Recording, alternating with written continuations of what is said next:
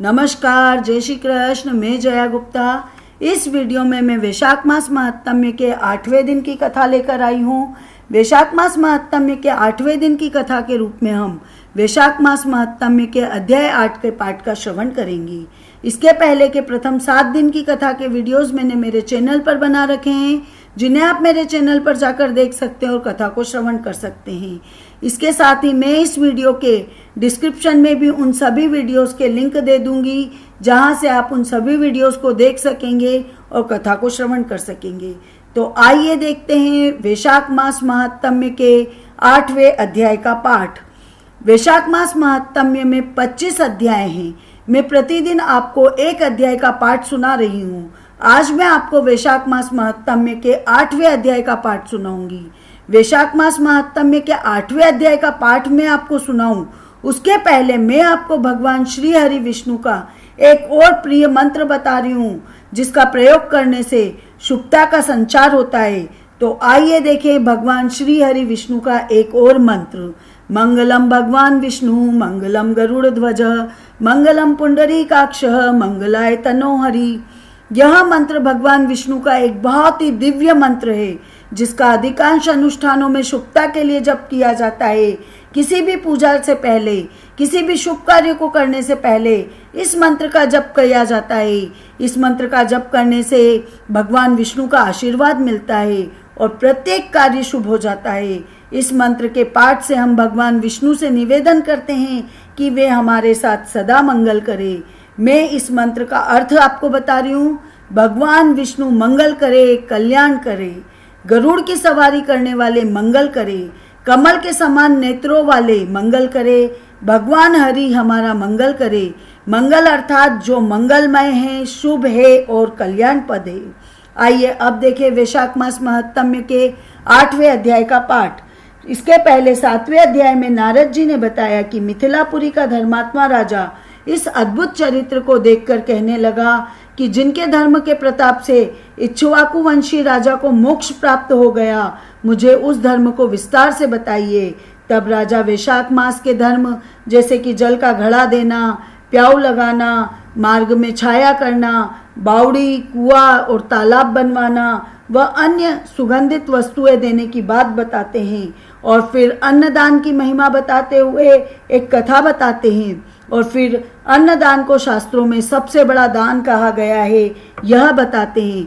अब आगे तदंतर मैथिल ने कहा, हे ब्राह्मण, जल दान न करने से इक्ष्वाकु वंशधर राजा का 3 जन्म चातक होना और मेरे घर में ग्रह गोदी बनना ठीक ही हुआ, क्योंकि साधु महात्माओं की सेवा न करने से गिद्ध की योनि पाई जाती है। परंतु आपने जो यह कहा कि उसे 7 साल तक कुत्ते की योनि मिली, यह बात मुझे बहुत अनुचित प्रतीत होती है कि उसे बिना कारण ही कुत्ते की कुयोनि क्यों मिली। हे विप्रवर, मैं आपका प्यारा शिष्य हूँ, आप मेरे इस संशय को दूर कीजिए। राजा के प्रश्नों को सुन महायशस्वी शुद्धदेव धन्य धन्य कहकर कहने लगे, हे राजन, हे पाप रहित, जो तुमने पूछा है मैं उसका समाधान कहता हूँ। यही बात कैलाश के शिखर पर शिवजी ने पार्वती जी से कही थी। सब लोगों की रचना कर उनकी अमुष्मिक और ऐहिक 2 प्रकार की स्थिति बनाई, जल सेवा, अन्न सेवा और औषधि सेवा। हे महाभागे, ये तीनों ऐहिक यानी इस लोक की स्थिति के हेतु है। साधु सेवा, विष्णु सेवा और धर्म सेवा, ये तीनों परलोक की स्थिति के हेतु है। ऐहिक हेतुओं को करना तत्काल धन संपत्ति देता है। अप्रिय बातें कहना भी दुख का हेतु होता है। यहाँ एक पुराना इतिहास वर्णन करते हैं, जो ऐसा पाप नाशक और अद्भुत है जिसको सुनने से रोमांच हो जाता है। यज्ञ दीक्षा में उपगत दक्ष प्रजापति एक समय महादेव जी को बुलाने कैलाश पर गए। उन्हें देखकर उन्हीं की भलाई सोच महादेव जी ने उठकर आदर नहीं किया। शिव जी ने सोचा, मैं संपूर्ण देवताओं का गुरु हूँ। स्वामी सेवक के आने पर पति स्त्री के लिए, गुरु शिष्य के लिए नहीं उठते हैं। जो स्वामी स्वयं भृत्यादि के लिए उठते हैं, उनकी आयु, धन और यश तत्काल नष्ट हो जाता है। इसलिए मुझे उठना उचित नहीं है। यह मेरा प्यारा ससुर है। ऐसा विचार कर दक्ष प्रजापति की भलाई सोचकर महादेव जी आसन से न उठे। तब महादेव जी द्वारा उठकर आदर न किए जाने के कारण दक्ष प्रजापति को बड़ा क्रोध आया और अनेक प्रकार से महादेव जी की निंदा करने लगे। यही ऐसा अहंकारी जिसका धन केवल एक बूढ़ा बैल है, कपाल की हड्डी धारण करते हैं, शमशान में जिनका घर है, सर्पों के आभूषण जिन्होंने धारण कर रखे हैं, संग में रात दिन भूत प्रेत विशाच ऐसे ऐसे दुर्जन रहते हैं, दुरात्मा नारद के बताने से मैंने अपनी कन्या सती का विवाह इसके संग कर दिया, यह भी अलग धर्म वाली हो गई, मैं इसे कभी नहीं सह सकता, मेरी पुत्री से भी मुझे कोई मतलब नहीं है। ऐसे विमूढ़ात्मा दक्ष ने सती और शंकर को निमंत्रण नहीं दिया और अनेक प्रकार के कुवाक्य कहकर वहां से चले गए। तदंतर यज्ञ स्थान में जाकर ऋत्विक और मुनियों को साथ में लेकर विधि पूर्वक यज्ञ करने लगे और शंकर जी की निंदा करते रहे। ब्रह्मा और विष्णु को छोड़ सिद्ध, चारण, गंधर्व, यक्ष, राक्षस और किन्नर आदि सभी देवता यज्ञ में आए। तब सती की इच्छा अपने कुटुंबियों से मिलने तथा उत्सव देखने की हुई। स्त्रियां स्वभाव से चंचल होती है, महादेव जी के मना करने पर भी जाने की उन्होंने मन में ठान ली। महादेव जी बोले, हे वर्णिनी, सभा में बैठकर वह मेरी सदा निंदा करते हैं, जो तुमसे सही न जाएगी और तुम निश्चित ही शरीर त्याग दोगी, अतएव तुम अपने पिता के घर मत जाओ, वहां जाने से तुम्हारा कल्याण नहीं है। इस प्रकार समझाने पर भी सती न रुकी, अकेली घर से निकल पैदल चल दी। तब नंदी ने चुपचाप सती को अपनी पीठ पर बिठा लिया और महादेव जी के करोड़ों भूतादि गण उनके पीछे पीछे चले। सती जी महलों में होती हुई किसी के न बोलने पर उदास हो महादेव जी की बात याद कर यज्ञ मंडप में गई। वहां पर भी दक्ष प्रजापति और सभा के सभी लोगों को अपनी तरफ देख किसी के न बोलने पर सती जी वहां खड़ी होकर रुद्र की आहुति तक पिता की चेष्टा देखती रही। जब दक्ष ने रुद्र को छोड़ आहुति दी तो सती आंखों में आंसू भर अकुला कर बोली, बड़ों का अपमान करने से कल्याण नहीं होता, तुमने रुद्र की आहुति नहीं दी है। ये जितने ऋषि मुनि महात्मा इकट्ठे हैं, इन्होंने भी तुम्हारी दुष्ट बुद्धि दूर नहीं की, विधाता इनके भी विमुख ज्ञात होते हैं। सती की ऐसी बातें कहने पर पूषा देवता मुख फाड़े हंसने लगे, शुक्राचार्य दाढ़ी और मूछें फड़फड़ाने लगे, बहुत सी भुजाओं, पांव और कक्षाओं को फड़फड़ाने लगे और दक्ष निंदा करने लगे।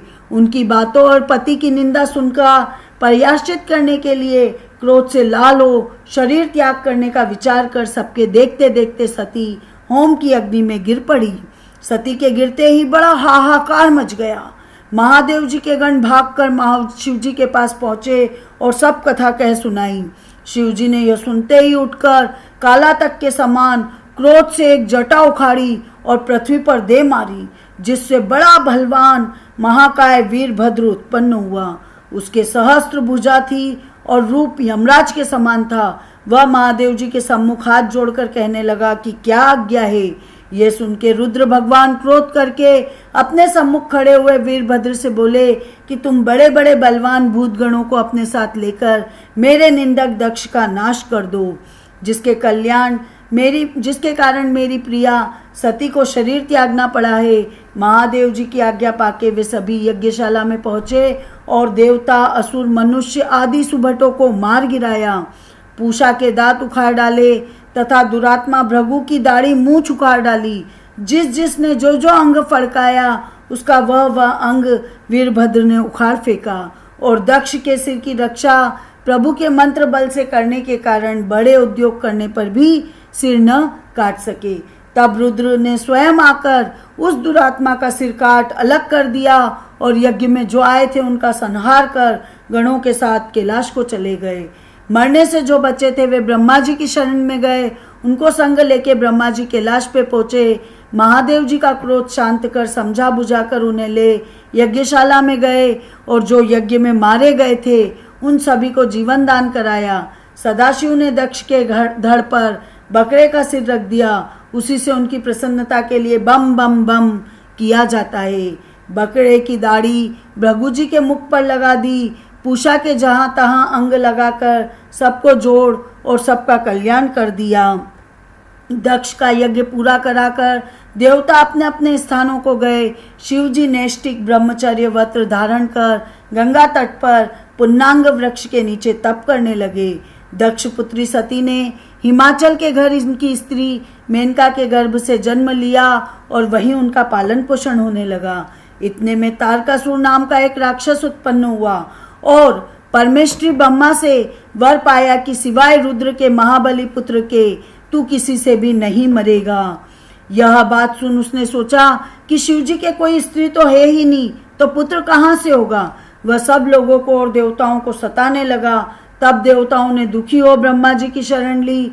ब्रह्मा ने देवताओं को समझाया कि रुद्र भगवान की पत्नी सती ने पहले अपने पिता के घर यज्ञ में शरीर त्याग दिया और अब हिमाचल के घर जन्म लिया है, जिनका नाम पार्वती है, और रुद्र भगवान हिमाचल के शिखर पर घोर तपस्या कर रहे हैं। किसी तरह पार्वती का प्राणी ग्रहण रुद्र भगवान से कराना चाहिए। ब्रह्मा के ये वचन सुन के सब देवता इंद्र को लेकर अमरावतीपुरी में गए और बृहस्पति जी से सलाह करके अपने कार्य सिद्धि के लिए इंद्र ने नारद और कामदेव को बुलाया। उन दोनों को बुलाकर नारद जी को हिमाचल के पास कहला भेजा कि वह अपनी पुत्री जो पहले दक्ष की कन्या थी उसको शिवजी की पत्नी बनाने के लिए नियुक्त करे। नारद जी से जैसा कहा गया था वैसा ही करने चले गए। फिर कामदेव से कहा कि सब देवताओं और महादेव जी के हित के लिए बसंत ऋतु को संग लेकर रुद्र भगवान के तपोवन में चारों ओर मनोहर बसंत ऋतु का विस्तार करो। वहां पार्वती जी महादेव जी के पास पहुंच जाए। तब धनुष पर बाण चढ़ाकर ऐसा मारो कि महादेव जी के मोहित होने पर, उनका संगम होने पर सब कार्य पूरे हो जाएं। कामदेव ने जो आज्ञा कहकर बसंत ऋतु और अपनी स्त्री रति और अनुचरों को संग ले उस ओर शीघ्र जा अपनी शक्ति से असमय में बसंत ऋतु उत्पन्न कर दी, जिससे चारों ओर वन में शीतल मंद और सुगंधित वायु चलने लगी। देवात उसी समय महादेव जी भी पार्वती जी की सेवा से प्रसन्न हो उन्हें गोदी में बैठाकर कुछ कहने लगे।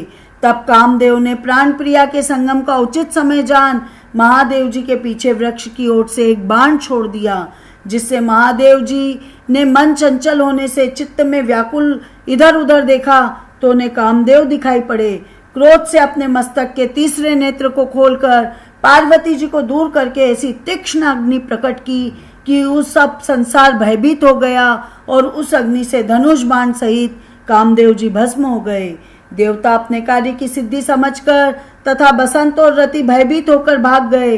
पार्वती डर के मारे आंखें बंद कर दूर हट गई और महादेव जी भी अंतर्ध्यान हो गए। हित की इच्छा करने वालों देवताओं को कुछ भी फल की सिद्धि नहीं हुई, उल्टा अनर्थ हुआ। जो कोई साधु के संग दुष्टता करते हैं उनका कहना ही क्या है। इसी प्रकार साधुओं की सेवा न करने से इक्ष्वाकु के पुत्र ने दुख भोगा और अनेक बुरी योनियों में जन्म लिया।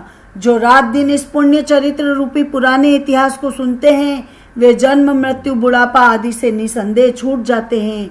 वैशाख मास महत्तम्य अष्टम अध्याय संपूर्ण। आपको मेरा ये वीडियो अच्छा लगा हो तो इसे लाइक कीजिए, शेयर कीजिए, और अभी तक यदि आपने मेरे चैनल को सब्सक्राइब नहीं किया तो कृपया मेरे चैनल को सब्सक्राइब कीजिए, बेल आइकन को हिट कीजिए ताकि मेरे नए वीडियोस के नोटिफिकेशन आपको तुरंत प्राप्त हो। हिंदू धर्म, संस्कृति, तीज त्योहार, व्रत कथा, रीति रिवाज इत्यादि जानने के लिए मेरे साथ बने रहिए। जय श्री कृष्ण।